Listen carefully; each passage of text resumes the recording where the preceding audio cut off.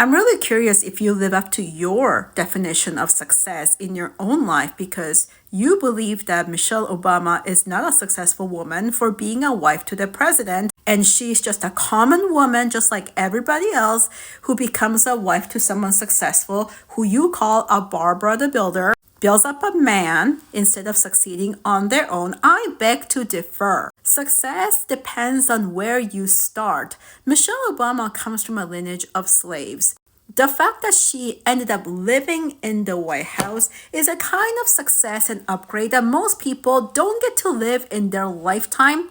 From my perspective, Michelle made Barack, who became the first Black president in America, in a place where not even a white woman was able to achieve the same status. Your mindset and the binary view on success is very disrespectful and dismissive to a woman who's done so much for this society, more than you could even dream of, because all you have is a bunch of opinions, which makes me wonder what you've done with your life since you have such a high standard, and what have you accomplished to meet those standards. You are dismissing the societal and systemic oppression, the condition of the world in which we live in. Perhaps you're not even accomplished enough to the mid-level to realize the tremendous pressure of the systemic oppression that exists in every industry, in every leadership position, that you can't just be who you want to be because you feel like it. There's so many factors come into play,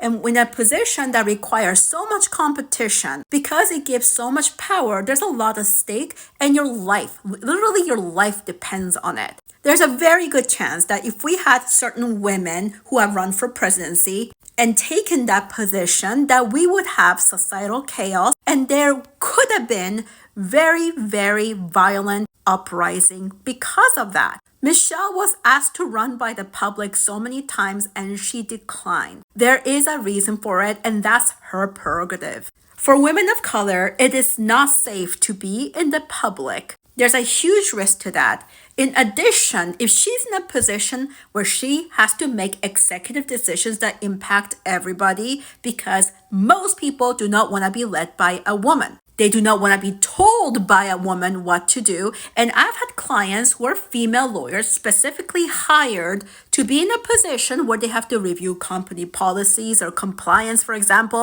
And in a corporate position, they get their life ruined even when they were hired to do that job. This is a condition that we are talking about. Somebody brainless and no experience will come out and say that a woman is less than, when she's probably just playing the game really well, because there's a time and place for